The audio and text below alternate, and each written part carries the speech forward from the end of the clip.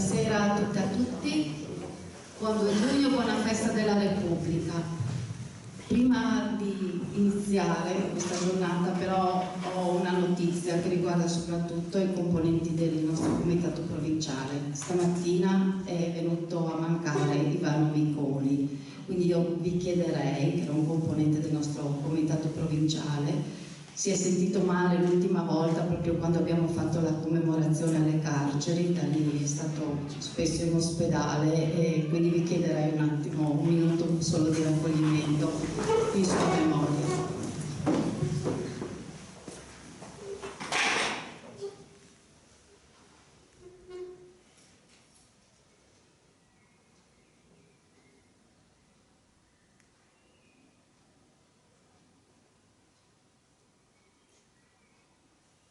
Grazie.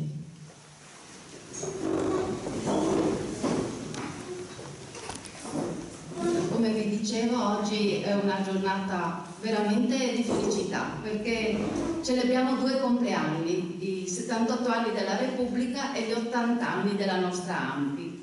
Il 2 giugno del 1946 fa parte di un importante percorso che va dalla lotta partigiana alla Costituzione.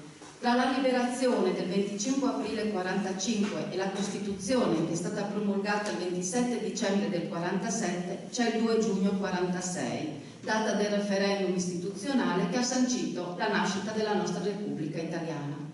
C'è un legame quindi indissolubile tra Repubblica e Costituzione. Esse hanno entrambe le radici nei comuni nella Resistenza, che fu un movimento popolare di donne e uomini che hanno liberato il paese dall'occupazione tedesca, dalla dittatura nazista e che ha riunificato l'Italia. Il 2 giugno fu anche la data in cui il popolo italiano espresse liberamente la sua volontà in uno dei 2 momenti cruciali della storia, e cioè dopo un periodo molto buio caratterizzato da una dittatura feroce e da una disastrosa guerra che era stata appunto voluta e sostenuta da Mussolini. Gli italiani furono chiamati alle urne per scegliere tra monarchia e repubblica e per eleggere i deputati e le deputate dell'Assemblea Costituente, e ciò tramite un referendum per la prima volta a suffragio universale maschile e femminile. Bene ha fatto ieri l'assessore alla cultura del comune di Udine durante l'inaugurazione di un'interessante mostra che vi consiglio di vedere, che è stata curata dall'Istituto Friulano di Storia del Movimento di Liberazione, a ricordarci che nelle 9 parole dell'articolo 1 della nostra Costituzione c'è tutto il senso della storia del nostro Paese. L'Italia, 17 marzo 1861, l'unità. È una Repubblica, 2 giugno 1946, democratica, 25 aprile 1945, fondata sul lavoro, il 1° maggio. Anche a Udine, e lo potete vedere, noi abbiamo fatto una piccola rassegna dei giornali del quotidiano del CLN provinciale di Udine, anche a Udine le elezioni si svolsero il 2 e il 3 giugno. Il quotidiano Libertà, organo del CLN della provincia di Udine, riporta la notizia che le operazioni di voto si svolsero senza incidenti e con un'imponente affluenza. Il giornale riporta che seppure i voti a favore della Repubblica fossero stati maggiori, 22.186, pari al 64,54% rispetto a quelli della monarchia, 17.564, pari al 35,46%, con uno scarto di 4.528 voti, si sperava in un risultato migliore. I risultati, sempre a Udine, riportano una forte prevalenza del Partito della Democrazia Cristiana, a seguire il Partito Socialista e poi il Partito Comunista. A livello regionale i voti furono 221.016 per la Repubblica, pari al 55,68%, e 126.425 per la monarchia. Le donne, che in Friuli avevano votato per la prima volta le amministrative che si tennero in alcuni comuni tra il marzo e l'aprile 1946, si recarono in massa alle urne. La percentuale delle votanti fu pari all'88,5%. Purtroppo, però, come dimostra lo studio che il coordinamento donne dell'ANPI sta conducendo dal 2021, la percentuale delle candidate fu bassa, l'1,6%, e anche nelle 7 liste dei partiti per l'Assemblea Costituente, nel collegio Udine-Belluno spiccava solo un nome femminile su 69 donne eleggibili. Era quello di Regina Franceschino, del Partito Comunista Italiano, stimata e popolare militante della Resistenza, fondatrice dei gruppi di difesa della donna. I voti che riceverà Regina Franceschino si potranno contare sulle dita di una mano, perché per disciplina di partito non poteva competere col capolista, che era Mauro Scocimarro, con figure sempre maschili che erano più accreditate in quel momento nella società civile. E passiamo adesso agli 80 anni della nostra associazione, dell'ANPI, che viene costituita il 6 giugno 1944 a Roma, dal CLN del centro Italia, mentre il nord era ancora sotto l'occupazione nazifascista. Il 5 aprile 1945, con decreto luogotenenziale numero 224, le veniva conferita la qualifica di ente morale che la dotava di personalità giuridica, promuovendola di fatto come associazione ufficiale di tutti i partigiani. Il 4 giugno 1945, con la liberazione del Nord, venne costituita a Milano l'ANPI, Comitato Alta Italia. Ad entrare a far parte della presidenza furono i componenti del Comando Generale del Corpo Volontari della Libertà, questo a rappresentare idealmente e fattivamente la continuità dell'unità della Resistenza anche all'interno dell'ANPI. Ricordo solo alcuni nomi: Raffaele Cadorna, Ferruccio Parri, Luigi Longo, Enrico Mattei, Giovanni Battista Stucchi, Mario Argentoni, e nel comitato esecutivo figuravano Arrigo Boldrini, Bulov, già presidente nazionale dell'ANPI, Cino Moscatelli e Guido Mosna. Il 27 giugno 1945 il comitato provvisorio dell'ANPI di Roma e il comitato Alta Italia si fusero, dando vita all'ANPI nazionale. L'associazione ebbe una sua rappresentanza anche alla Consulta nazionale, i cui lavori si svolsero fra settembre 1945 e il referendum istituzionale dell'anno successivo. Mentre l'Associazione Nazionale Combattenti ebbe 8 consultori e quella dei mutilati invalidi di guerra 4, l'ANPI ne ebbe 16, a conferma del prestigio di cui godeva. Ed erano così suddivisi, tanto a dimostrare il senso unitario che ha sempre avuto la nostra associazione. 3 socialisti, 3 democristiani, 3 liberali, 3 comunisti, 2 del Partito di Azione e 1 del Partito Democratico e del Lavoro, e infine un consultore che non apparteneva a nessun partito.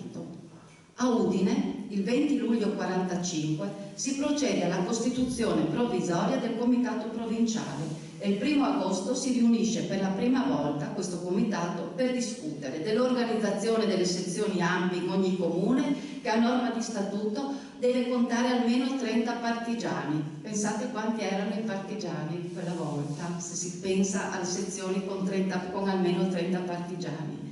La liquidazione dei sussidi alle famiglie dei caduti, feriti, dispersi, la distribuzione di capi e vestiari ai partigiani più bisognosi, la sistemazione e la situazione dei partigiani disoccupati, la nomina di 2 rappresentanti per la partecipazione di un convegno nazionale all'ANPI di Milano. Nell'occasione il comitato provinciale prende anche atto delle tristissime condizioni in cui versano i partigiani che sono disoccupati, privi di mezzi di sostentamento, malati e bisognosi di cure. Da quel momento e per gli anni successivi, almeno fino alla fine degli anni 50 del Novecento, l'ANPI è in prima linea per l'assistenza nelle pratiche per i riconoscimenti della qualifica di partigiano, per la liquidazione dei sussidi, per l'aiuto economico ai giovani partigiani che avevano interrotto gli studi universitari, per la ricerca di un posto di lavoro e per le cure mediche. Erano molti partigiani che necessitavano di protesi, per cui l'ANPI di Udine organizzava delle corriere, dei viaggi fino a una clinica di Bologna. Di questa attività si trova testimonianza, oltre che nei documenti presenti nell'archivio storico documentale dell'ANPI, anche in molti annunci comparsi sul quotidiano Libertà, che come ho detto era l'organo di informazione del CLN provinciale. I primi dati sugli iscritti ci parlano di 3.953 persone in provincia di Udine, che passano nel 1954 a 2.948. L'allora presidente Federico Vincenti annota in un suo scritto che è circa del 1998, in uno scritto di archivio che il calo è dovuto all'emigrazione, alle tensioni dovute alla guerra fredda e alle persecuzioni per gli atti compiuti durante la guerra di liberazione. Pensiamo ai molti processi che sono stati, fatti contro i partigiani. Il picco massimo di iscritti in provincia si registra nel 1984 con 4.214 iscritti. Oggi l'ANPI in provincia conta circa 2.500 iscritti.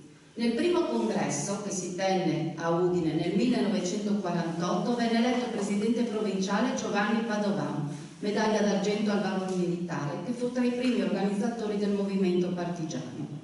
Primo commissario politico del battaglione Mazzini della Brigata Garibaldi Friuli e in seguito commissario della divisione Garibaldi Natisone e vicecommissario del raggruppamento Divisione Garibaldi Friuli.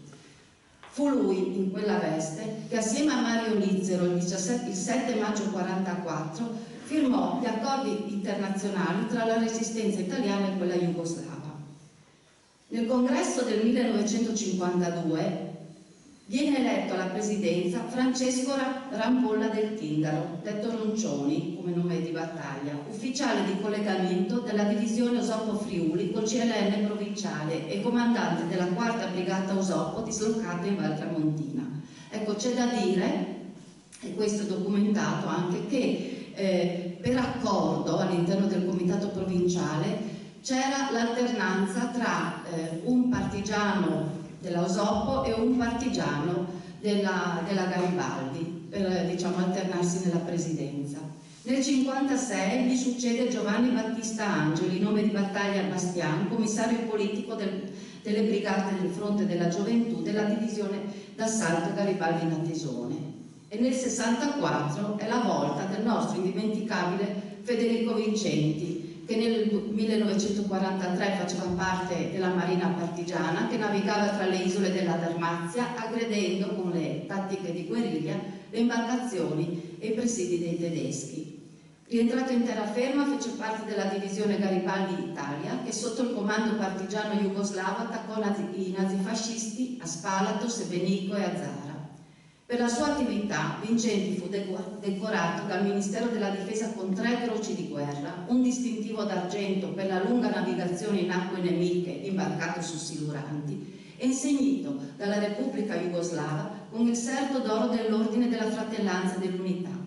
Venne nominato poi anche membro d'onore dell'Associazione francese dei volontari e dei resistenti garibaldini per il contributo alla liberazione europea.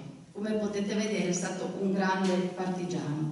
Altre figure di spicco che in quegli anni contribuirono a rendere grande la nostra ANPI furono partigiani antifascisti, ne cito solo qualcuno: Mario Lizzero, Andrea, medaglia d'oro, medaglia d'argento al valor militare, Gino Lizzero, Ettore, un'altra medaglia d'argento al valor militare, l'avvocato Alberto Cosattini, altra medaglia d'argento, Gino Beltrame, Nino Del Bianco, Celestino, che fu tra i fondatori del Partito d'Azione, Giacomo Pellegrini, Fermo Solari, Ciro Nigris, Marco, che è stato anche presidente dell'Istituto Friulano di Storia per il Movimento di Liberazione e del Teatro Club di Udine. A lui si deve anche, la fondazione del Palio Studentesco, se non ricordo male. Vittorino Zani, che faceva a quel tempo era un preside dell'Istituto Magistrale Caterina Percotto, ma faceva per conto dell'ANPI il redattore per la rivista Patria Indipendente. Romano Marchetti, Adelchi del Gobbo, Luigi Raimondi Cominesi, e poi abbiamo avuto anche altri artisti partigiani, Guido Tavagnacco, Luigi Bronte, lo scrittore Elio Bartolini. Purtroppo tutti uomini, ad eccezione di Rosa Cantoni, Giulia, e Fidelma Garosi, Gianna, che tanto fece per raccogliere le testimonianze delle partigiane e che si batté affinché si facesse il monumento alle donne nella resistenza friulana di Piazzale Cavedavis. Per ultimo vorrei ricordare Elvio Ruffino, il deputato Elvio Ruffino, componente dell'ufficio di presidenza dell'ANPI provinciale e del Comitato Nazionale. A lui si deve proprio l'istituzione di questa giornata, di questo brindisi alla Repubblica. Nel 2013 si apre un nuovo periodo per il nostro ANPI, che vede eletto Dino Spanghero, il primo presidente non partigiano, ma ugualmente molto battagliero, che ha guidato con fermezza la nostra associazione per 2 mandati, fino allo scorso anno, e che poi ha passato il testimone alla sottoscritta. Ora Dino Spangolo è componente anche della segreteria nazionale e voi potete immaginare, dopo che io ho citato tutta quella bella lista di nomi, come mi senta io a ricoprire questa grande responsabilità.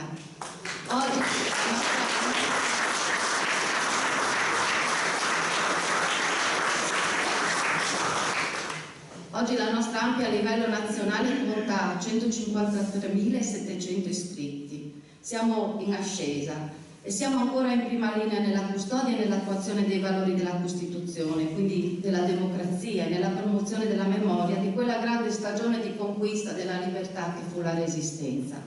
Lavoriamo moltissimo con le scuole di ogni ordine e grado perché crediamo che siano una risorsa fondamentale i giovani. Sono loro che con le loro lotte esercitano oggi quel diritto di resistenza e di ribellione che fu anche dei nostri partigiani. Diritto di resistenza e di ribellione con tutto l'impeto e le contraddizioni della loro giovinezza. La resistenza è nata come una spinta a difendersi dalla dittatura e dai nazisti, ma si è trasformata rapidamente in qualcosa di più, in una volontà di costruire qualcosa di nuovo, al di là della conquista della libertà. E lo dimostra con chiarezza l'esperienza che noi abbiamo avuto della zona libera della Carnia e dell'Alto Friuli, che era una zona circondata dai tedeschi, ma che si mise ad inventare riforme e immaginare i modi per costruire concretamente la democrazia dopo la liberazione. E proprio noi come sostenitori e sostenitrici per l'attuazione della Costituzione che abbiamo pensato di invitare per questa occasione Paolo Giangaspero, professore ordinario di diritto costituzionale all'Università di Trieste e direttore del dottorato di ricerca in diritto per l'innovazione nello spazio giuridico europeo dell'Università di Udine e Trieste, e Roberta Nonin, professoressa ordinaria di diritto del lavoro presso l'Università di Trieste, presidente della Commissione Pari Opportunità del Comune di Udine. Fra poco ci parleranno della riforma costituzionale che è in corso in questi giorni. Io prima però vorrei salutare le numerose persone che sono qui. Abbiamo consigliere e consiglieri regionali, abbiamo rappresentanti di partiti politici, abbiamo il sindaco di Udine che ci ha onorato di questa presenza e che io inviterei qui per un indirizzo di saluto. Grazie a tutti.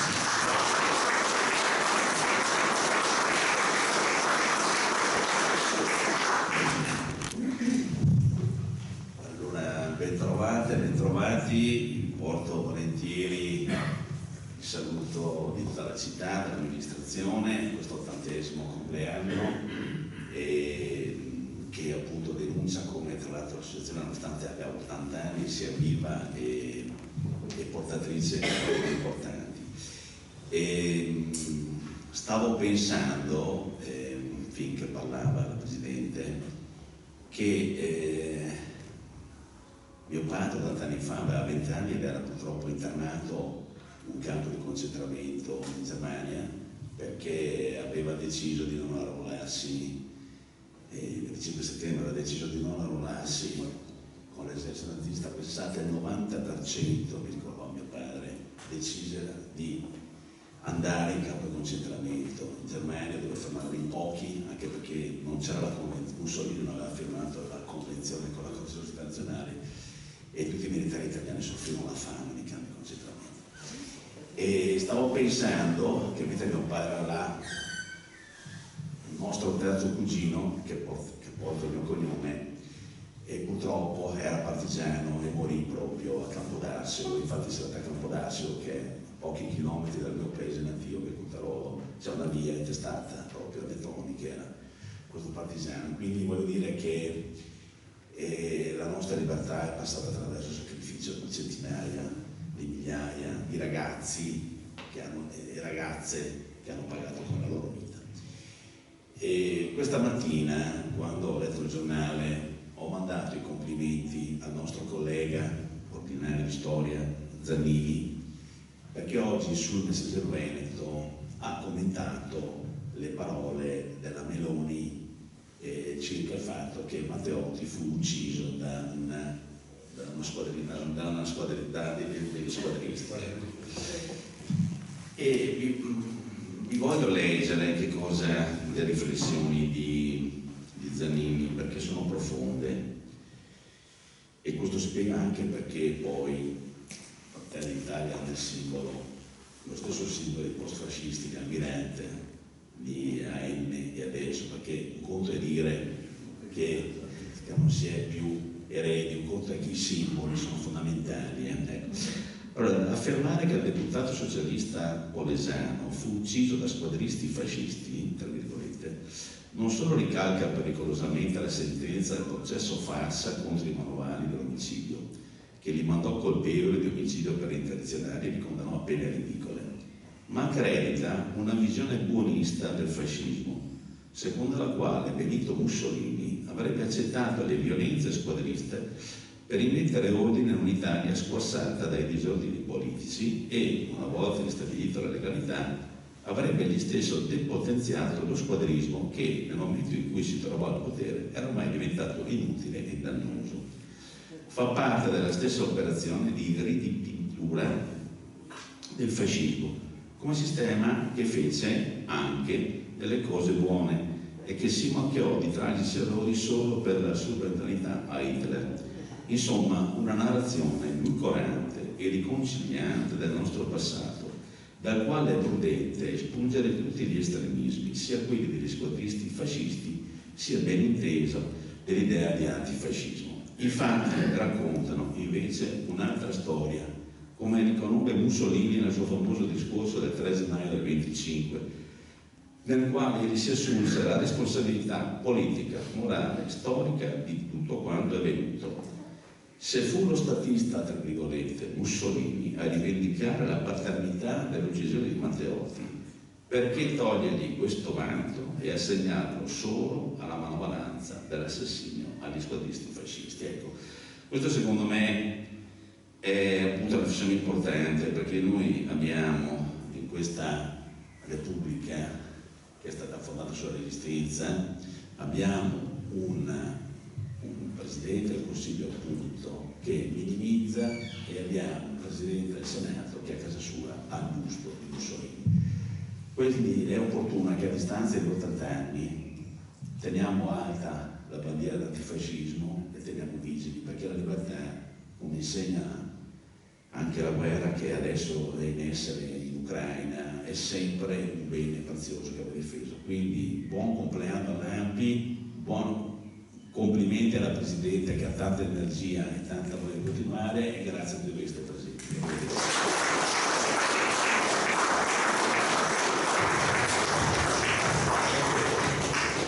Bene, allora io adesso passo la parola a Roberta Nolin, che oltre a essere una docente universitaria è anche una nostra iscritta che fa parte del comitato provinciale. Prego. Grazie Antonella. Bene.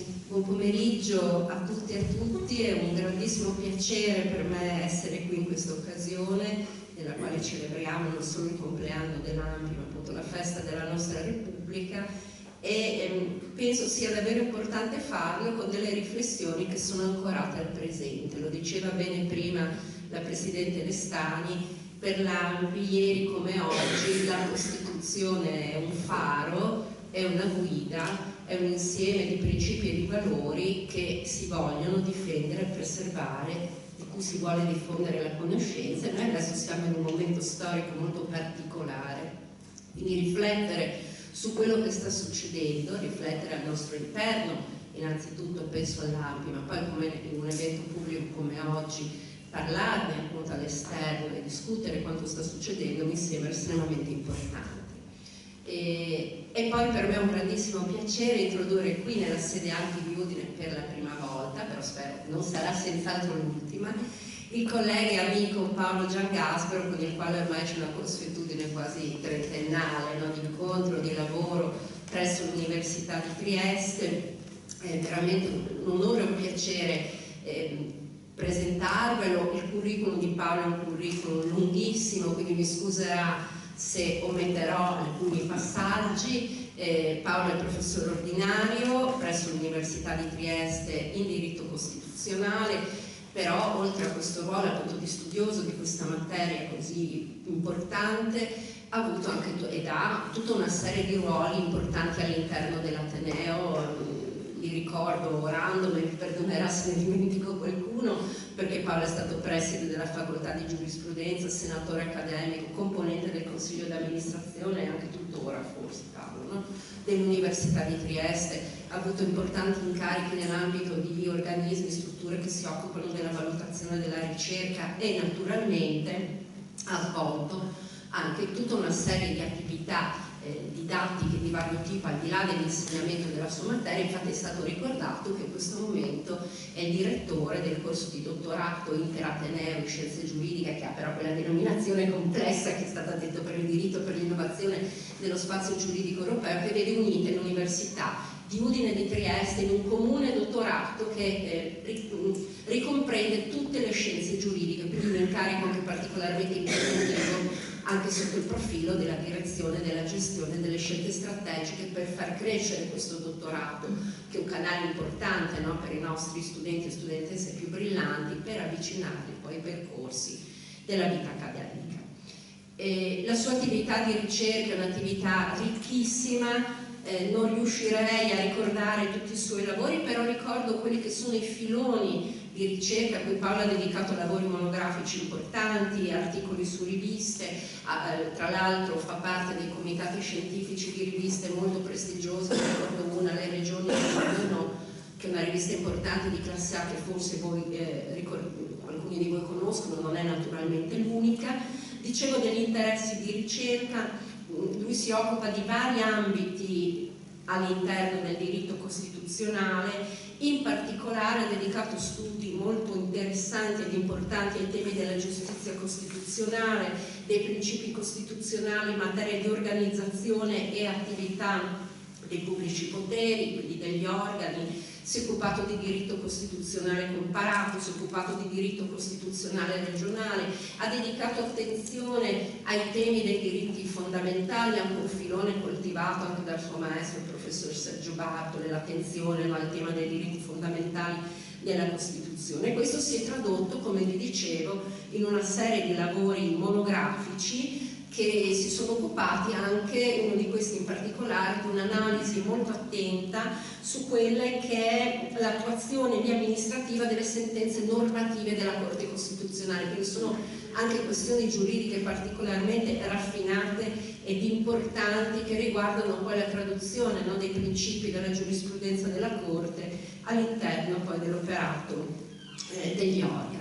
È stato relatore a tantissimi convegni importanti di livello internazionale e nazionale, ha partecipato a diversi importanti progetti di ricerca su vari temi, anche qui che toccano i diritti fondamentali, le prassi degli organi costituzionali, la governance, quindi i rapporti, no, tra gli organi, tra diritto pubblico e teoria del diritto. Sto ricordando solo, ripeto, alcuni passaggi.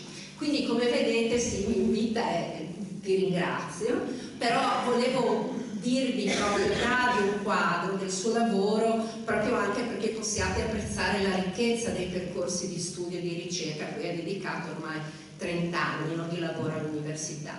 Per me lavorista è una grande gioia averla qui, perché con i costituzionalisti gli studiosi e le studiose del diritto del lavoro hanno una consuetudine, no? Io direi c'è una vicinanza di sensibilità, sebbene apparteniamo, no, nelle due macro aree del diritto, area del diritto pubblico, area del diritto privato. Con i colleghi del diritto costituzionale, almeno a Trieste, c'è stato fin dall'inizio, fin da quando eravamo ricercatori molto più giovani, una consonanza di interesse che ci ha portato anche a collaborare, no, in varie iniziative, vuoi di ricerca, vuoi eventi, no, dell'Ateneo recenti, e quindi questo particolarmente mi rende lieta di poter oggi dialogare con Paolo.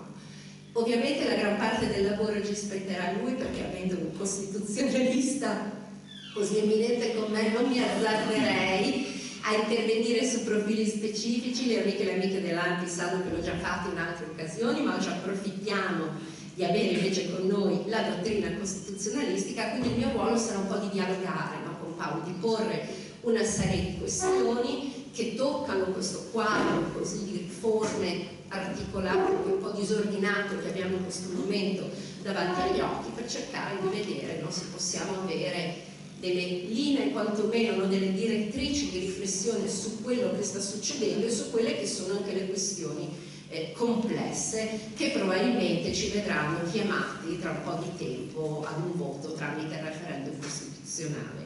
Quindi io vorrei iniziare proprio chiedendo a Paolo qualcosa su questo disegno, no, generale di riforma, perché non c'è solo una riforma, si parla molto del premierato, ma c'è un quadro di riforme che si articolano variamente, che stanno venendo portati avanti su binari che sono anche diversi. Quindi direi di partire da qui e dopo magari entreremo in alcuni profili più specifici. A te Paolo, grazie.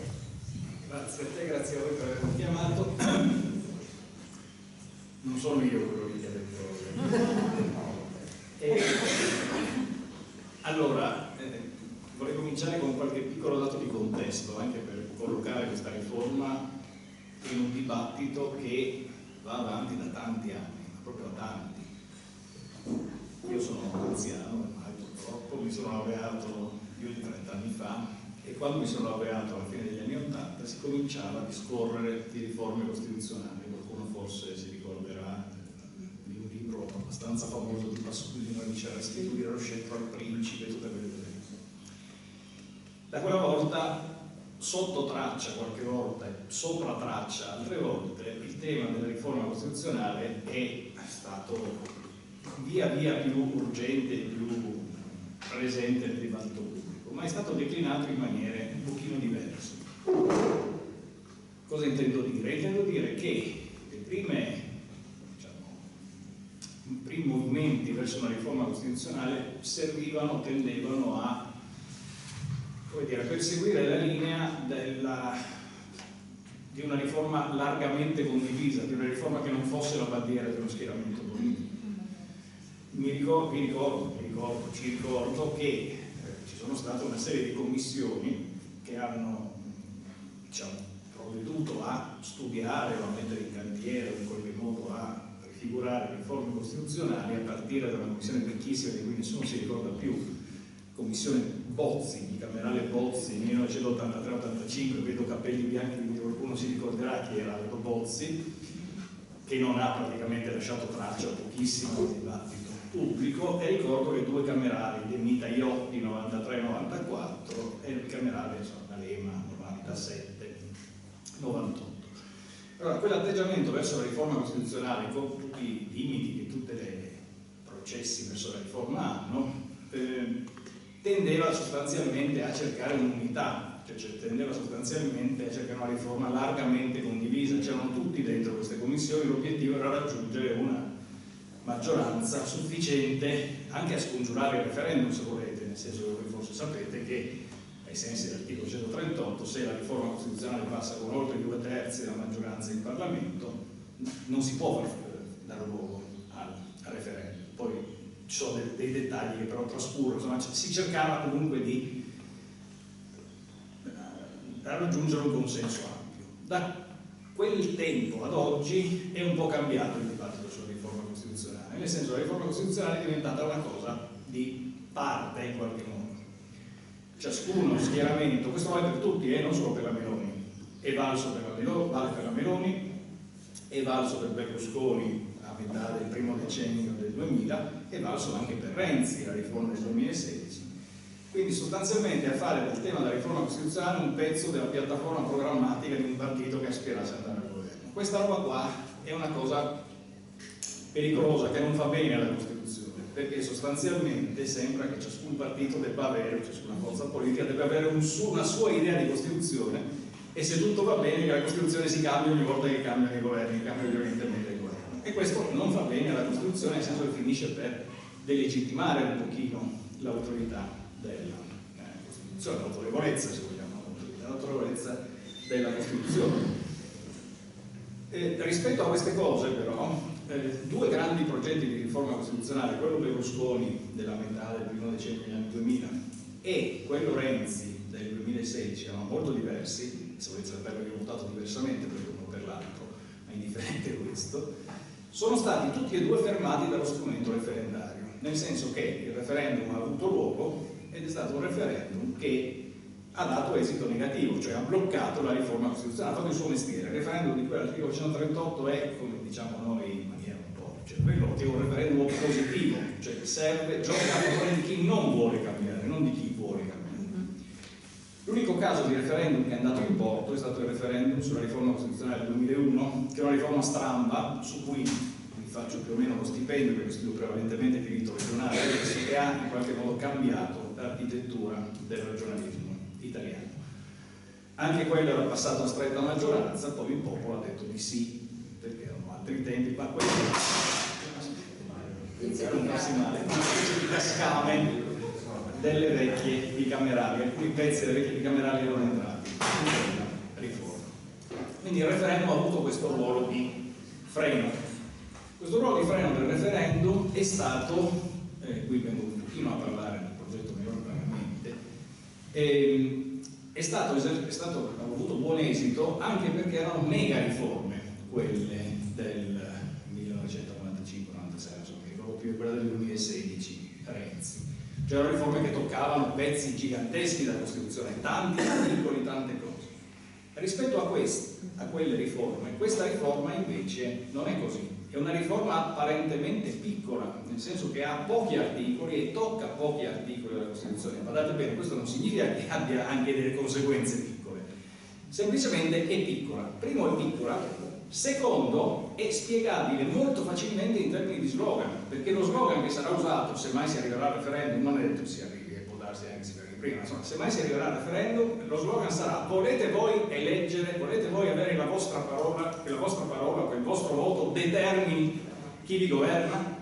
Chi direbbe di no? Nessuno direbbe di no, perché è una parola d'ordine facile, che è facile che attecchisca. In realtà però introdurre le cose di cui parleremo magari fra un po', sarò corto, non so, diciamo, queste cose, questa pretesa, diciamo, peso del voto del cittadino nel determinare chi sarà il governo, ha una serie di conseguenze in termini di ruolo del Parlamento, in termini di ruolo del Presidente della Repubblica, in termini di rapporto tra elettori ed eletti, questa è la sostanza, che sono conseguenze piuttosto dirompenti, diciamo, piuttosto nuove rispetto al nostro modo abituale di considerare la nostra democrazia, che non sta benissimo adesso. Non sta benissimo, però secondo me non è questa la cura che è la più adatta per farla stare meglio, ce ne sarebbero altre di cure. Se vuoi continuo, se vuoi chiedermi qualcosa. Possiamo, no, ecco, direi come introduzione non molto chiara al tema. Tema che peraltro il governo ha diviso su 3 filoni diversi, no? Perché c'è premierato, c'è l'autonomia differenziata, che ha tutto un altro canale, no? Legislazione ordinaria, quella. E poi c'è il tema delicatissimo che è esploso anche in questi ultimi giorni della magistratura, quindi si toccano poi anche equilibri delicatissimi. Io direi proprio, se vuoi partire, magari partiamo da questa idea del premierato, e poi vediamo i 3 elementi diversi. Sì, allora, mi ero dimenticato di dirlo, in realtà in effetti è vero, conferma un po' quello che ho detto, cioè che i problemi istituzionali diventano problemi come bandierine di forze politiche. Se noi guardiamo il premierato, guardiamo l'autonomia differenziata del 116 terzo comma e guardiamo la riforma della magistratura, ci vediamo la bandierina di Fratelli d'Italia, la bandierina della Lega e la bandierina di Forza Italia. Questa è una deriva che ha a che fare con le riforme istituzionali, che sono totalmente diverse, perché la riforma della giustizia è una cosa su cui si può discutere, non abbiamo ancora testi su cui discuterla, non credo che sarà oggetto di discussione oggi.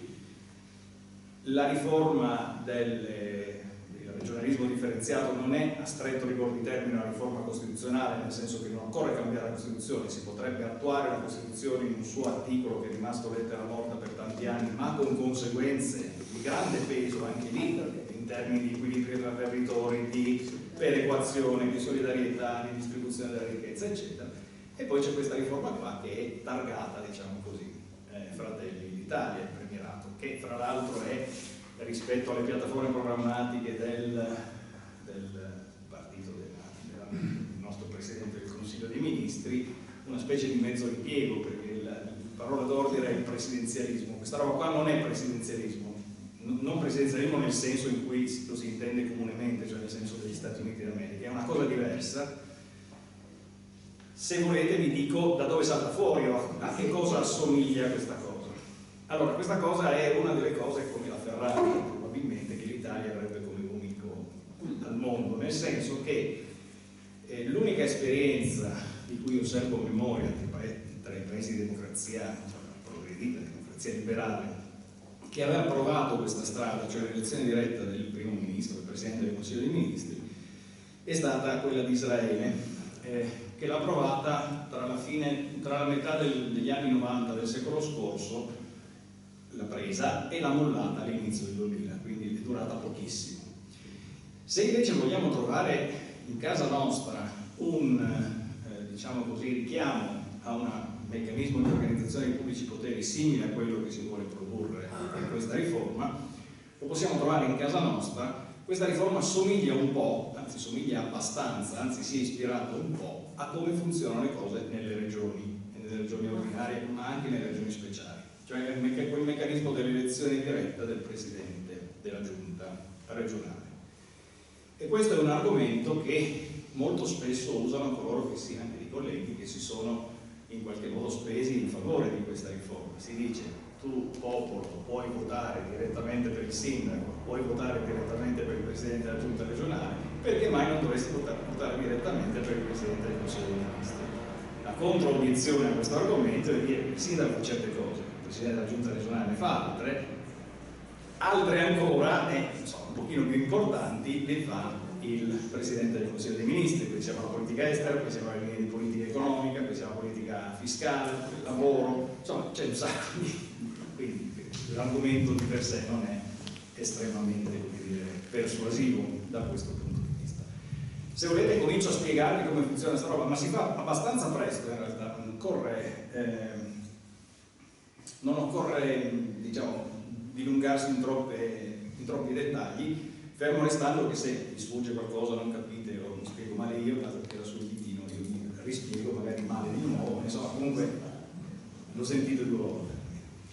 La prima cosa è questa, cioè qual è la diagnosi rispetto alla quale questa riforma si propone come un rimedio, cioè sostanzialmente si dice: noi facciamo questa riforma perché le cose non vanno bene dal punto di vista dell'esecutivo. Quali sono, diciamo, i problemi a cui si vuole ovviare con questa riforma? Si dice: abbiamo esecutivi molto instabili e abbiamo esecutivi molto deboli, e questa riforma, e quindi esecutivi che rendono impossibile portare avanti una certa linea politica sapendo di avere una legislatura davanti, cioè 5 anni di durata in vita del Parlamento davanti. Proviamo a dare un'occhiata a questi tre elementi della diagnosi. Abbiamo dei governi instabili? La risposta è sicuramente sì. L'Italia è un paese con una forte instabilità governativa.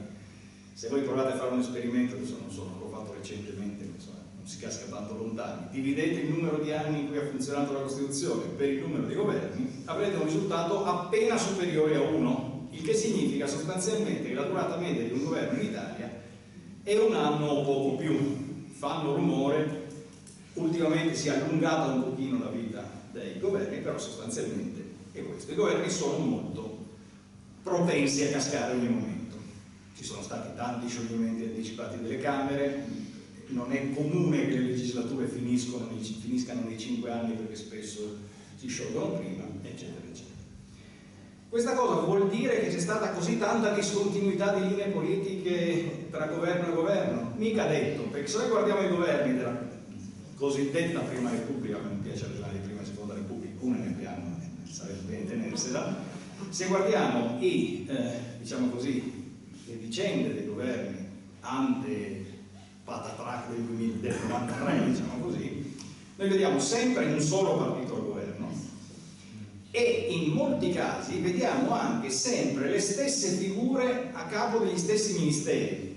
Rognoni era ministro degli interni, Colombo era ministro degli esteri, per lunghissimi periodi di tempo a cavallo tra i governi. Certamente i governi cascavano spesso, c'erano alchimie molto complicate di cui tutti quelli con i capelli bianchi sono con le quali tutti quelli con i capelli bianchi sono familiari, il manuale Cencelli, questo va dentro, il Presidente del Consiglio dei Ministri non può essere segretario della DC, eccetera, eccetera. Però sostanzialmente la fragilità c'era, la debolezza dei governi in qualche senso c'era, nel senso che si parlava quella volta di democrazia consociativa, vi ricordate cosa significa? Cioè che le decisioni importanti devono essere prese insieme da maggioranza e opposizione.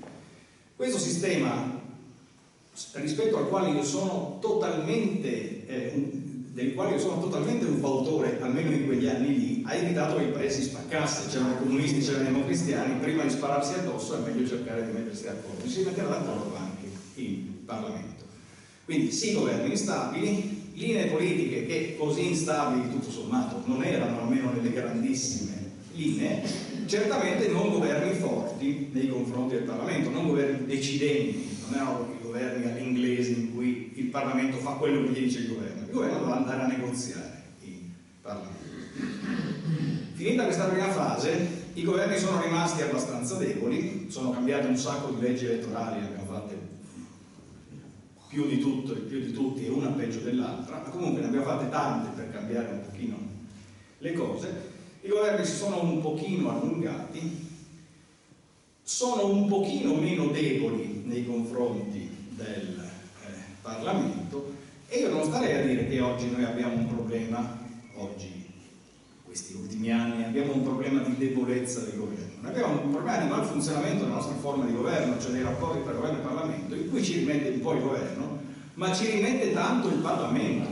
Perché se voi guardate, se prendete la briga di guardare la lista delle leggi approvate per ogni legislatura da parte del Parlamento, ci trovate una serie di cose che col concetto che noi abbiamo in testa di leggi non c'entrano un accidente di niente. Trovate leggi di autorizzazione alla ratifica di un trattato internazionale col Gabon, trovate leggi di delega, tante leggi di delega, vuol dire articolo 76, vuol dire conferire al governo potere normativo. Queste sono le mie materie, un'infinità. Ci trovate un mucchio di decreti, di leggi di conversione, di decreti, legge.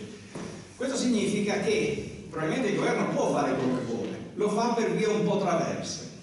E a questo c'è da aggiungere un ulteriore tema che non va trascurato, perché se noi oggi dobbiamo guardare come funziona l'architettura dei nostri poteri, cioè i rapporti Parlamento e Governo, eccetera, la posizione del governo e così via, non possiamo far finta che non ci sia una dimensione che oggi gioca un ruolo che 30 anni fa, 40 anni fa non giocava, cioè la dimensione europea.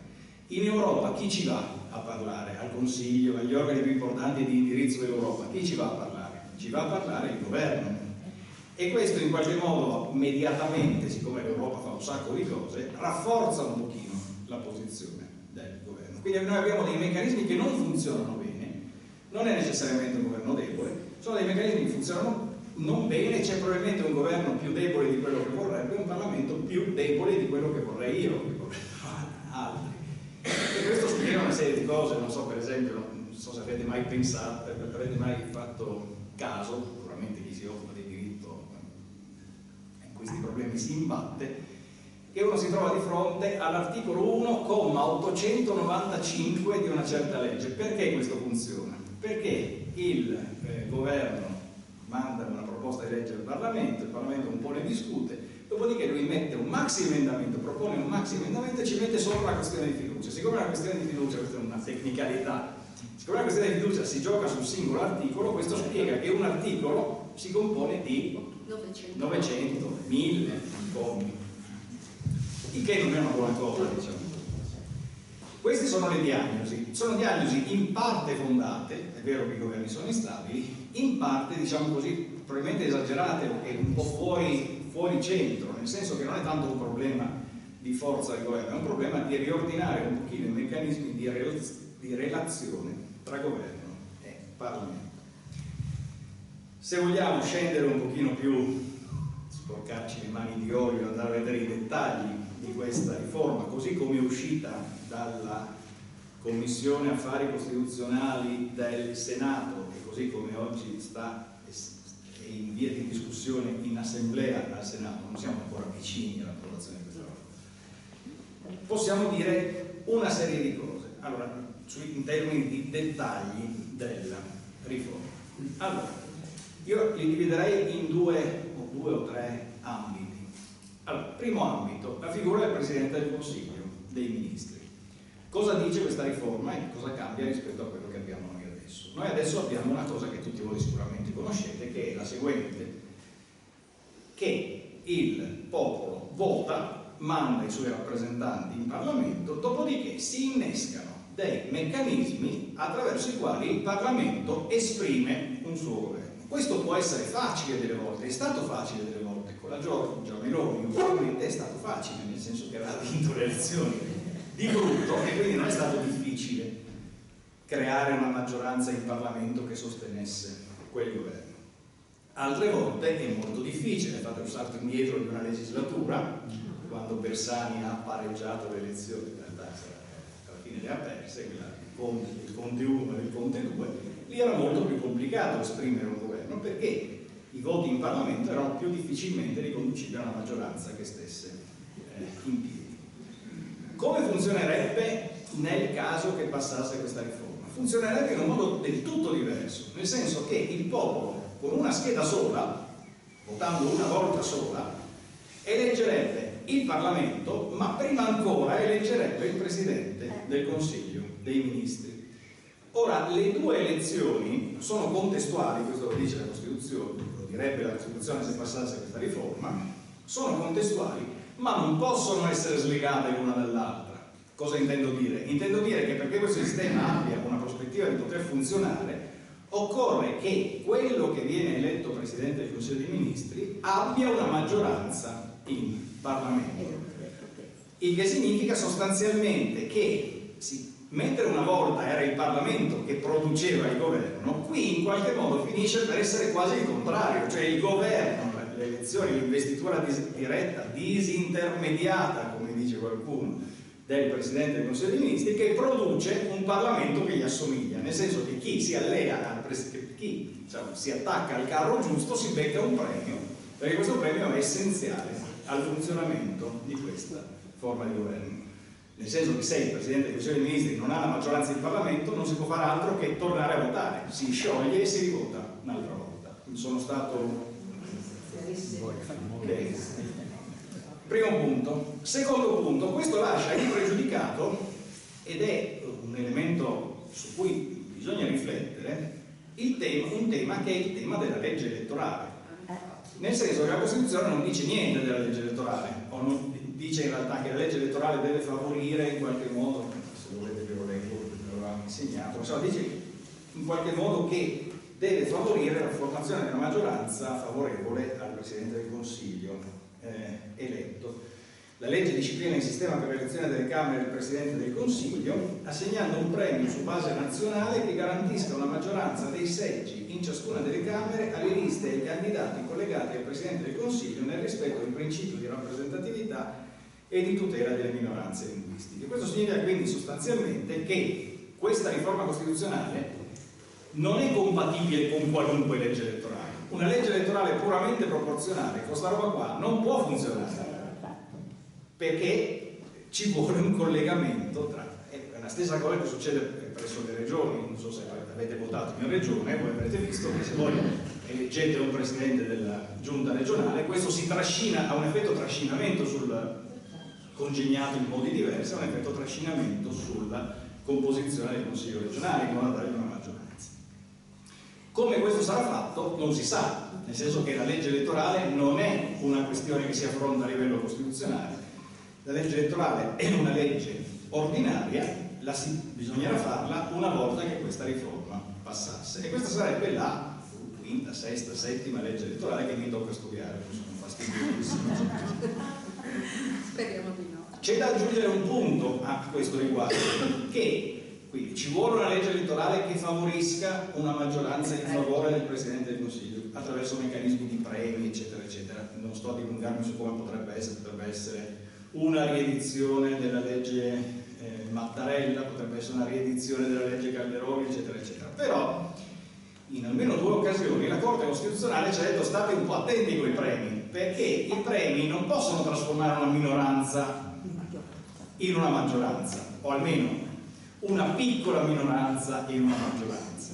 E questo, diciamo, frappone dei limiti, potrebbe imporre, invento perché non so niente, potrebbe imporre ballottaggi, potrebbe imporre cose di questo genere in modo tale che si garantisca comunque una maggioranza in favore del Presidente del Consiglio dei Ministri. Riuscite a seguire?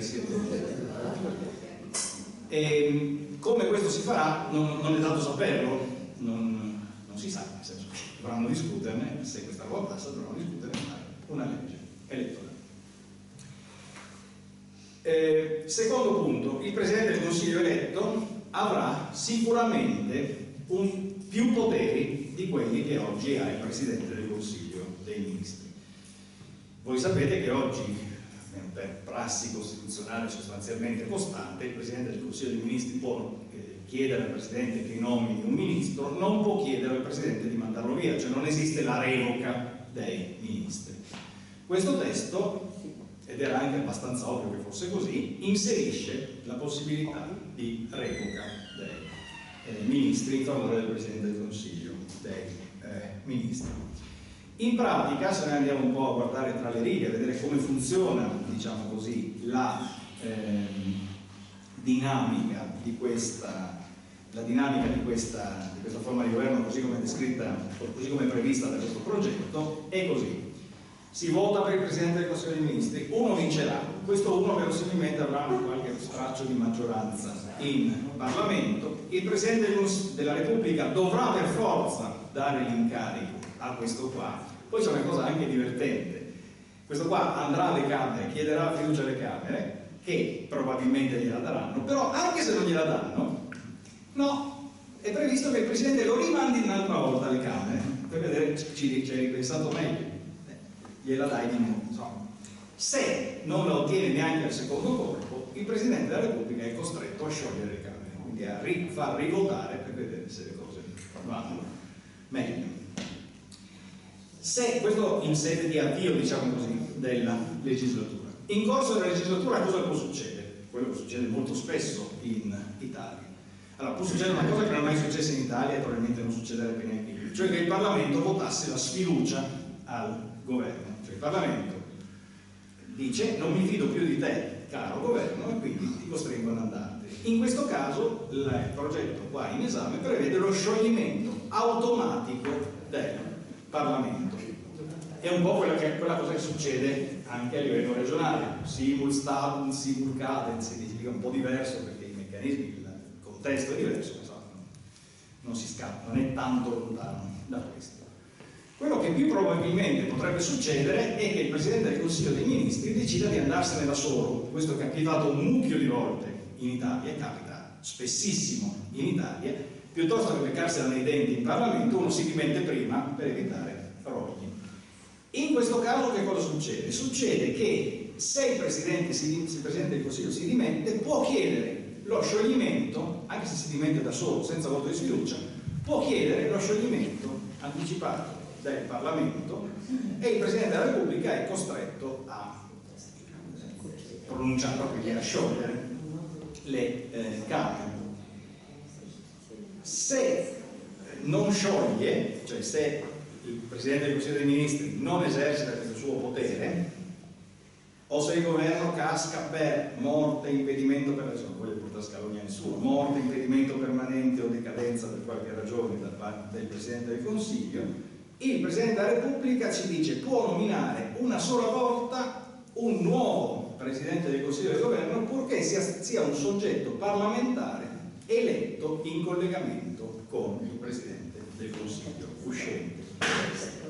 Quindi questo dimostra che la logica della riforma prevede di tenere, diciamo, unito per tutta la legislatura un certo indirizzo politico, quello uscito dalle urne. Provo a dirvi, e poi ci ritorno su questa cosa porta di nuovo questa cosa, quali sono insomma, la filosofia di questa elezione diretta del Presidente del Consiglio dei Ministri. Questa cosa renderebbe impossibile dei governi a cui siamo abituati. Il governo Draghi non si può, perché il Presidente del Consiglio deve essere per forza un parlamentare. Governo Dini non si può, governo Ciampi non si può. Neanche il governo Conte si sarebbe potuto, perché il governo Conte era stato capeggiato da uno che non era eletto in Parlamento. Quindi governi fuori dagli dagli eletti in Parlamento non si possono produrre. Secondo, una specie di ossessione per la continuità dell'indirizzo politico, cioè sostanzialmente quello che vuole questa riforma, non so se potrebbe succedere che la ottenga, potrebbe anche succedere di no, posso immaginare dei casi in cui non la ottenga, ma diciamo una specie di ossessione per la continuità dell'indirizzo politico in corso di legislatura. Infine, rafforzamento molto marcato rispetto a come abituati noi oggi della figura del Presidente del Consiglio. È più forte nei confronti del governo, nel senso che può mandare a spasso un ministro se lo vuole, ha il potere di revoca, ed è più forte anche verso il Parlamento, nel senso che ha in mano le chiavi dello scioglimento del Parlamento. Oggi non ce l'ha il Presidente del Consiglio dei Ministri, oggi lo scioglimento è una cosa più complicata di così, non ce l'ha in mano sempre il Presidente del Consiglio dei Ministri, dipende dai casi, in qualche caso può avere una parola molto importante, in altri casi in realtà no. Bene, questa è la prima, ho finito subito perché dopo finisci subito. E la seconda considerazione che volevo fare, quindi noi qui abbiamo parlato di Presidente del Consiglio dei Ministri. Gli altri tre protagonisti abituali della nostra forma di governo, cioè di come funzionano le nostre istituzioni, sono da un lato il Presidente della Repubblica, dall'altro lato il Parlamento. Sul Parlamento questa riforma non dice praticamente niente, cioè dice solo che deve seguire la sua formazione il Presidente del Consiglio dei Ministri in qualche modo, cioè la legge elettorale deve collegare la composizione del Parlamento al Presidente del Consiglio eletto. Ed elimina il senatore a vita, no? Oh, sì. Dal punto di vista della figura del Presidente della Repubblica, qui dobbiamo essere un pochino attenti, perché molti dicono nel dibattito che comincia già relativamente a questa riforma costituzionale, in fin dei conti il Presidente della Repubblica resta più o meno quello che è. Questa cosa oggettivamente, uno può pensarne bene o può pensarne male, però oggettivamente non è vero che il Presidente della Repubblica resta quello che è. Cioè oggettivamente il Presidente della Repubblica perde alcuni poteri che, vi ripeto, si può pensarne bene, si può pensarne male, siamo abituati a vederli esercitare. Quali sono questi poteri? Sono due fondamentalmente, i due poteri più incisivi del Presidente della Repubblica, forse li avete in mente da soli. I poteri che il Presidente della Repubblica può esercitare in fase di nomina del governo, quindi di scelta di chi governa, e i poteri che il Presidente della Repubblica può esercitare in sede di scioglimento anticipato delle Camere. Con questo non voglio dire che il Presidente della Repubblica oggi nomina chi vuole lui, il Presidente del Consiglio dei Ministri. Voglio dire però che in caso di problemi nel raggiungimento di una maggioranza dentro il Parlamento, il Presidente può muovere una serie di leve tali da facilitare la formazione di un governo. Questa cosa non è più possibile, nel senso che sostanzialmente in tutti i casi il Presidente della Repubblica, quando nomina uno, nomina proprio quello là, perché glielo dice la Costituzione, l'ha sostanzialmente vincolato l'atto di nomina.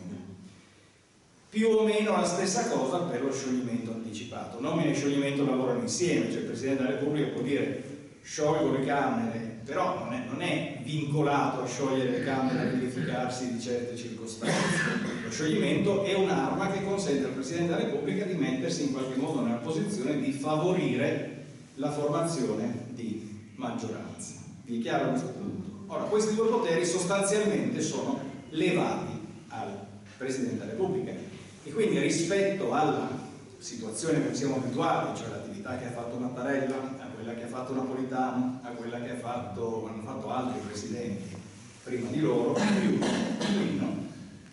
qualificano la figura in una maniera un pochino differente rispetto al passato. È vero che spariscono i senatori a vita, come se dessero fastidio a qualcuno, ma sono i senatori a vita. Comunque, è vero che alcuni atti del Presidente della Repubblica sono sottratti da questa legge al vincolo della controfirma, ma anche qui sostanzialmente, il discorso sarebbe lungo e non ho voglia di infliggervi questa cosa noiosa. La controfirma serve a coprire la irresponsabilità del Presidente della Repubblica, quindi tutti gli atti del Presidente della Repubblica sono controfirmati. Adesso sono esentati dalla controfirma una serie di atti, se passasse questa riforma, che oggi invece sono controfirmati. Ma si tratta di nomina dei giudici della Corte Costituzionale, che già ora è un atto, diciamo, sostanzialmente proprio del Presidente della Repubblica. Si tratta di grazia e commutazione delle pene, che anche questo è pacificamente un atto, pacificamente, ha detto la Corte Costituzionale, è un atto del Presidente della Repubblica. È vero che è eliminato il semestre bianco, sapete che il semestre bianco lo sceglie gli ultimi 6 mesi, non può sciogliere, grazie tante, lo scioglimento è praticamente un atto dovuto, quindi che margine di scelta potrebbe avere. Ancora viene elevata la controfirma per indizione dell'elezione del referendum, per i messaggi alle Camere, per invio delle leggi alle Camere, rinvio per richiesta di riesame, il Presidente della Repubblica in certi casi può fare. Conclusivamente, il succo di questa riforma è che i poteri vengono in qualche modo spostati molto in favore dell'esecutivo e che chi ci rimette rispetto al quadro che noi siamo abituati a muoverci fondamentalmente è la figura del Presidente della Repubblica. Questo per quanto riguarda, diciamo così, il contenuto di questa riforma. Come vedete non è tanta roba, ma questa poca roba può provocare. C'è un'ultima cosa che volevo dirvi, perché se ne è parlato sui giornali, forse qualcuno di voi l'ha letto, il problema del voto degli italiani all'estero. Non so se l'avete sentito, questo non ci ha pensato nessuno, ci avevo pensato neanch'io, insomma, io per mestiere che scrivo sta roba, forse ci dovevano pensare. E il problema nasce da questo. Nel 2000, allora, gli italiani all'estero potevano sempre votare, essendo cittadini italiani potevano sempre votare, però per votare dovevano fare una serie di cose che rendeva sostanzialmente, non dico impossibile, ma quasi impossibile il voto degli italiani all'estero. Dovevano iscriversi a certi registri e dovevano venire qua in Italia per votare. Nel 2001 c'è stata una riforma, diciamo, di orientamento non tanto dissimile da quella del governo che attualmente ci governa. C'è la riforma cosiddetta Tremaglia, che ha creato in qualche modo delle circoscrizioni di voto per gli italiani all'estero. Cioè, sostanzialmente gli italiani che stanno all'estero possono votare senza bisogno di venire qua in Italia, hanno un po' di deputati, un po' di senatori garantiti, ma questi po' di deputati, un po' di senatori garantiti sono pochi, sono una specie di diritto di tribuna, mi pare che siano 8 con la diminuzione dei numeri parlamentari, l'altra fesseria che abbiamo fatto qualche anno fa. Con la riduzione dei numeri parlamentari sono, mi pare, 8 alla Camera e 4 al Senato, quindi sono molto pochi, mentre invece gli italiani all'estero sono moltissimi. Ci sono, mi pare che sia calcolato, ci durerei, che sono 5 milioni. 5 milioni vuol dire il 10% del corpo elettorale che vota in Italia. Ora, questi tendono a votare in maniere un po' creative, molti votano più volte, hanno prodotto dei capolavori assoluti tipo Razzi e Scipipotti, non so se vi ricordate Razzi e Scipipotti, sono una roba che è la migliore commedia dell'arte. E questi quindi hanno un piccolo peso in Parlamento, però avrebbero un grande peso nell'elezione del Presidente del Consiglio dei Ministri, perché se si vota insieme le due cose, questi qua in Parlamento esprimono pochi rappresentanti, ma per il voto del Presidente uno vale uno, quindi anche il loro voto pesa esattamente come il voto di un italiano. Ora, questo è un tema su cui volevo fare una piccola riflessione, se me lo consentite, non c'entra con la riforma, ma una piccola riflessione, ed è questa. Questa cosa del voto degli italiani all'estero, dei collegi degli italiani all'estero, risente di un certo modo di concepire l'essere italiani, l'essere cittadini italiani. Ed è un modo basato su sangue, terra, sangue, diciamo. Credo che Buenos Aires sia tipo la quarta città italiana per popolazione, se si conta il numero di italiani che vivono a Buenos Aires. La maggior parte di costoro non parla italiano, non è mai stata in Italia, se ne infischia dell'Italia, non paga le tasse in Italia e ha poco a che fare con l'Italia. Al contempo, qua da noi vive un sacco di gente che lavora qua, spesso è nata qua, paga le tasse qua, si forma qua, e che però non può votare. Questo è un tema che, diciamo, travalica la questione della revisione costituzionale, insomma, mi pareva, diciamo, sensato così ricordarlo. Lei ha parlato di italiani all'estero. Lei si riferisce a italiani iscritti all'AIRE, quindi residenti all'estero o No, sono in generale? persone di nazionalità italiana che stanno all'estero. Adesso non so esattamente come funziona la cosa, forse devono iscriversi all'AIRE anche questo. Sta di fatto, credo che devono iscriversi all'AIRE anche costoro, però sta di fatto che il voto degli italiani all'estero diventa estremamente più semplice con questo meccanismo ed estremamente anche più, come dire, incline a essere un pochino manipolato. Lì sono viste delle cose un pochino strane, si può votare in posti strani, si può votare per posta, si può votare 2 volte, mi è stato raccontato, solo dice ho perso la scheda, non mi fanno votare, eccetera, eccetera. Quindi sono delle pratiche, diciamo, un pochino meno trasparenti. Se mi permetti, avendo letto proprio anch'io su questo, ed era anch'io, confesso, un punto a cui non avevo pensato, cioè il peso di questi italiani misurato un po' su come è andato nelle ultime elezioni. Sul Presidente del Consiglio, dove appunto uno vale uno e tutti i voti poi li potrebbe valere qualcosa come un 10%, lo consegno, ma anche di più forse.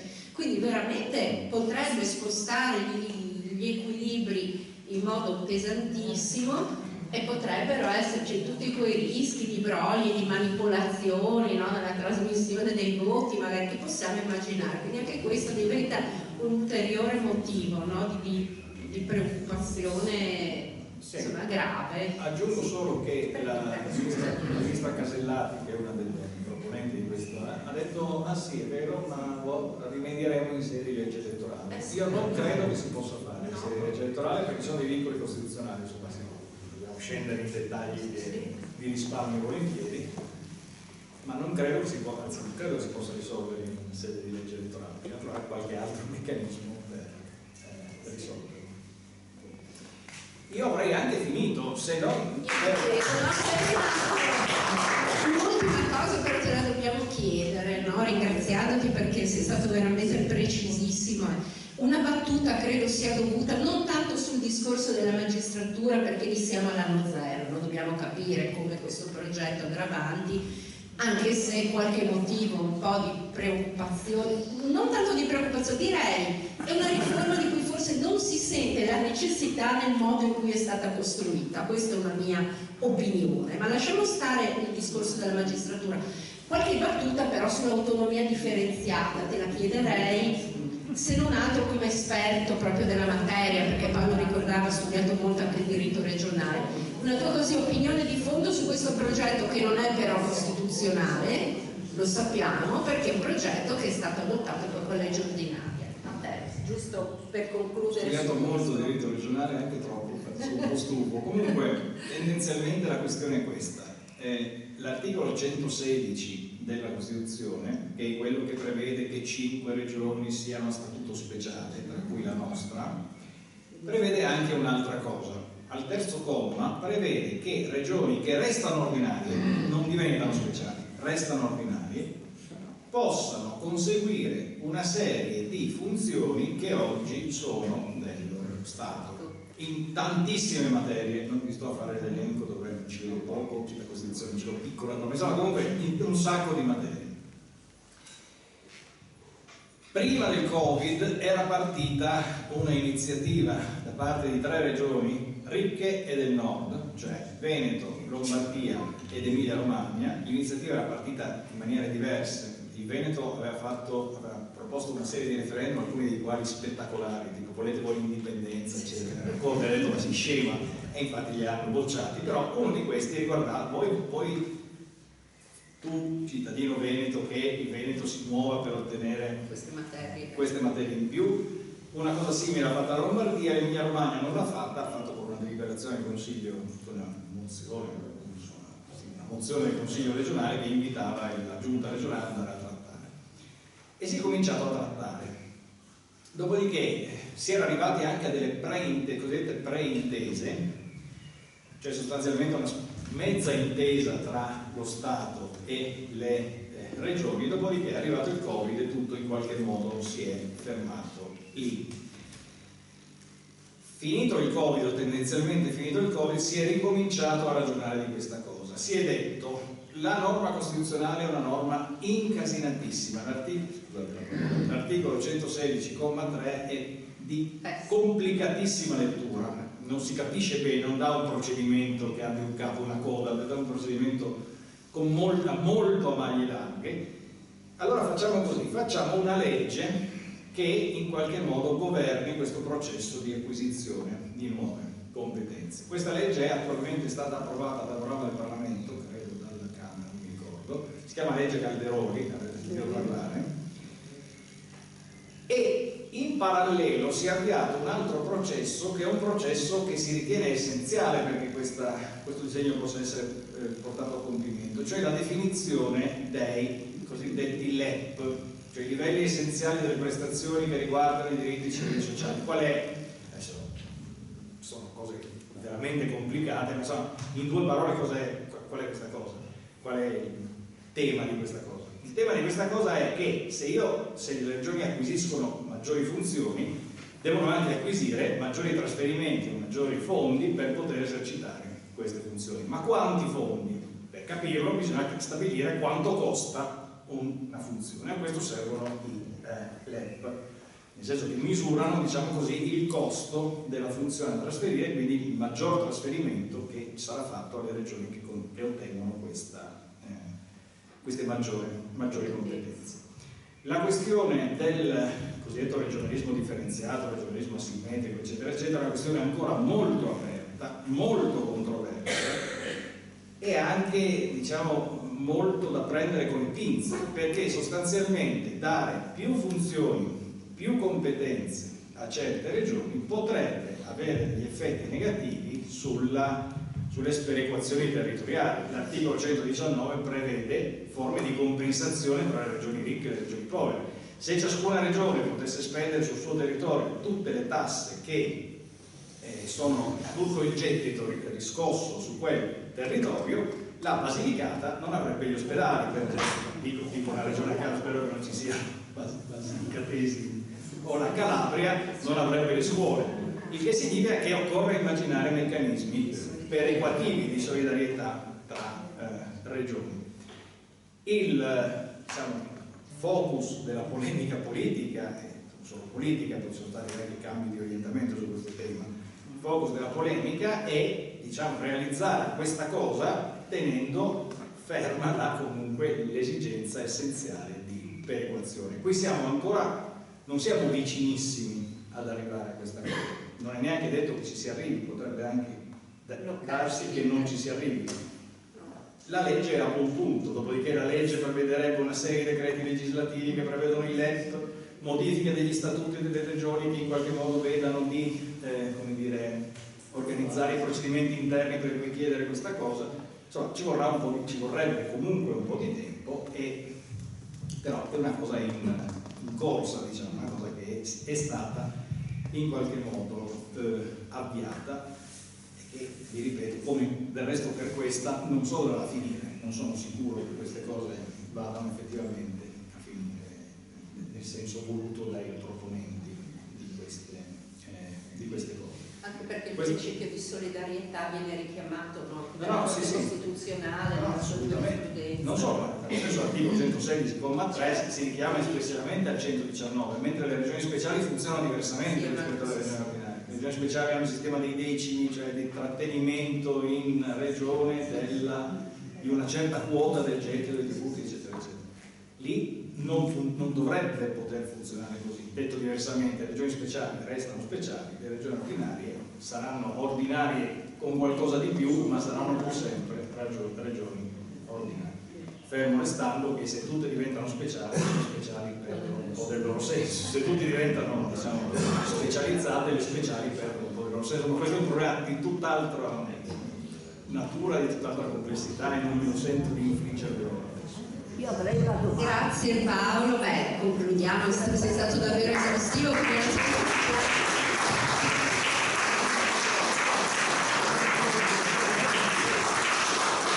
E ovviamente se ci sono delle domande, ci mancherebbe. Ecco, io avrei una domanda partendo dall'ultima considerazione, poi torno indietro.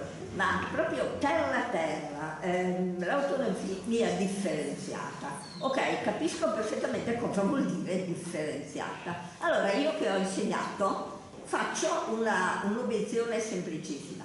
Proprio perché la definizione dei programmi scolastici è una delle materie che le regioni possono, almeno in parte o in tutto, non so, avocare a sé.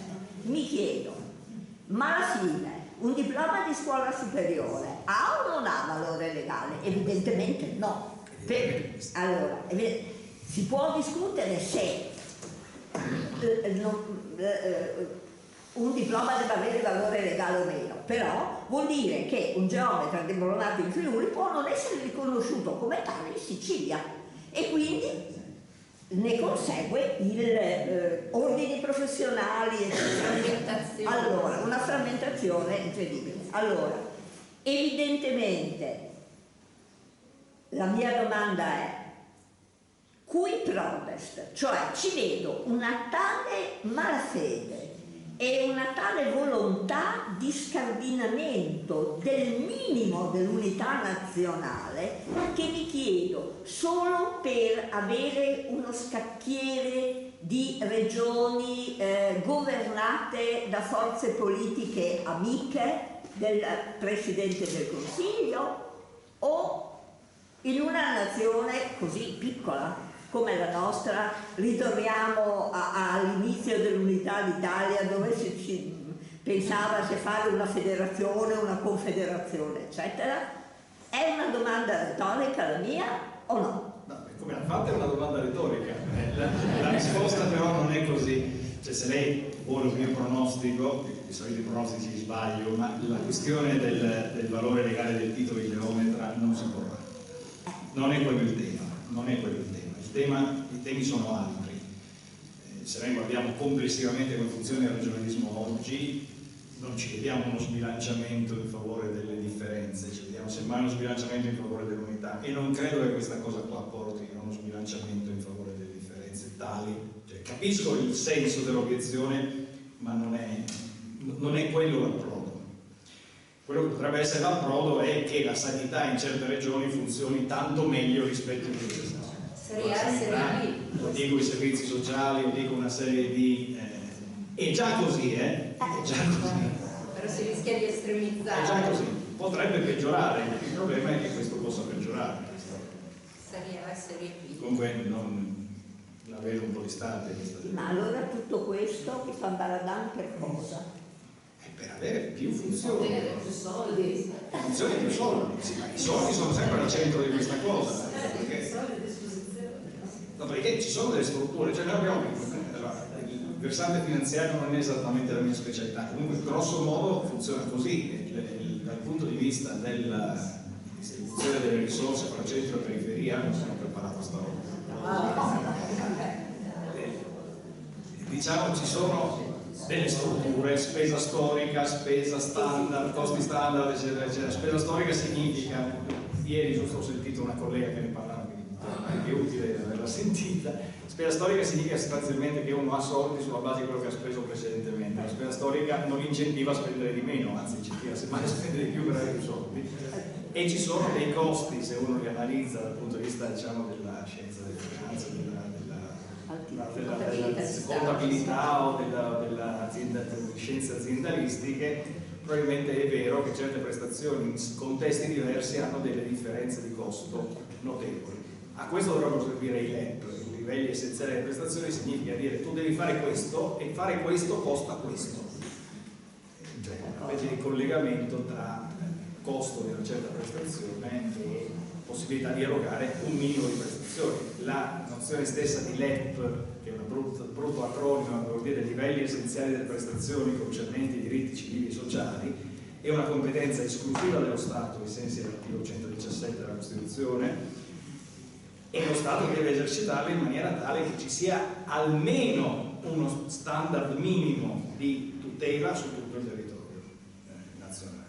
Dopodiché non credo che insegneranno i CELTI o roba del genere, piuttosto avranno compiti di organizzazione e magari anche di gestione del personale delle scuole, che potrebbe essere una questione forse altrettanto grave. Infatti i lavoristi sono... Però bisogna vedere come va a finire questa cosa.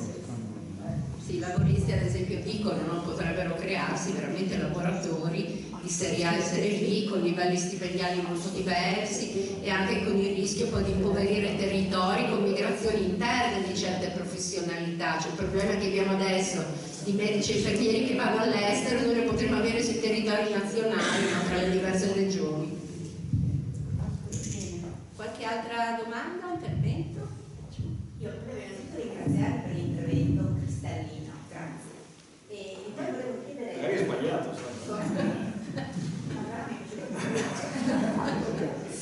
E volevo chiedere una cosa. All'inizio dicevi la democrazia è malata e lo vediamo. In Parlamento non gli eletti, nominati, delega, converte in legge decreti e poi delega al governo qualsiasi cosa. Dà al governo delega in bianco su questi decreti interministeriali sulle armi che sono di fatto segretati, eccetera, eccetera. Ho detto, si potrebbe fare delle altre cose per invertire la tendenza. Allora mi chiedo, questa tendenza è possibile invertirla? Perché quello che si sente dire, ma tanto funziona già così, cambiamo la Costituzione e poi circa meno quasi funziona come adesso. Che cosa si può fare per invertire questa tendenza? Sì, questa è un'eccellente domanda. Vuole sapere cosa... Due cose che farei domani mattina. Primo, ripristino il finanziamento pubblico del partito politico.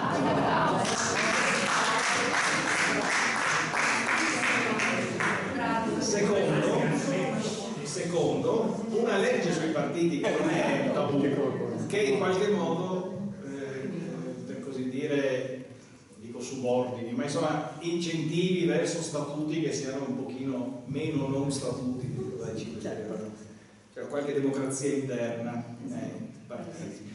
Cioè la tendenza di tutte queste riforme, non solo riforme costituzionali ma anche riforme elettorali, è non cominciare dal basso, ma cominciare o da metà strada, cioè dalla legge elettorale. La legge elettorale è quel meccanismo che converte i voti in seggi, ma se tu non vai a vedere da dove saltano fuori i voti, e il convertire i voti in seggi, crearti maggioranze artificiose, rischia di portare la gente via dalle urne. Si è detto prima, l'88% di donne che andavano a votare, avevano un po' di crisi di astinenza perché erano 20 anni venuti, anzi no, erano secoli, anche per gli uomini comunque le percentuali non erano diverse, e adesso l'affluenza alle urne è molto più bassa, e questa è una cosa preoccupante, perché l'affluenza alle urne è molto bassa, non significa che la gente è contenta così, significa che probabilmente la gente non ha tanta fiducia. Assistiamo un po' dappertutto, e non vale solo per l'Italia, per tutti i paesi, a quello che qualcuno chiama una frammentazione individualistica delle cose, cioè i partiti ci sono ancora, ma non sono i partiti che avevamo 50 anni fa, sono una cosa totalmente diversa, sono aggregazioni magari molto più volatili, molto meno radicate nel territorio, molto meno strumentali, una partecipazione, eccetera.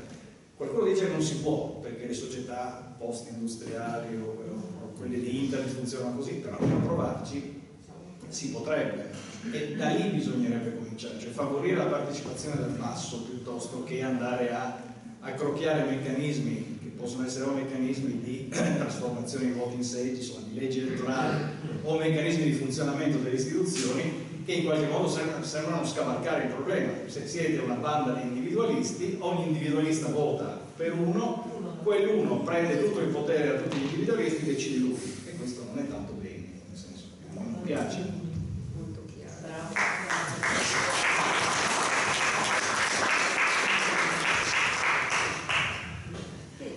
Non vedo altre braccia alzate, quindi direi, ringraziando ancora Paolo, possiamo passare ad Antonella il microfono. Grazie, credo professore che non sarà l'ultima volta, è la prima che viene qua da noi, perché ho già sentito delle voci, quindi speriamo di averla ancora una volta ospite, anche da qui a venire. Adesso magari andiamo fuori, abbiamo preparato il brindisi alla Repubblica e ci sarà anche la consegna dei doni offerti dalla famiglia Baselli per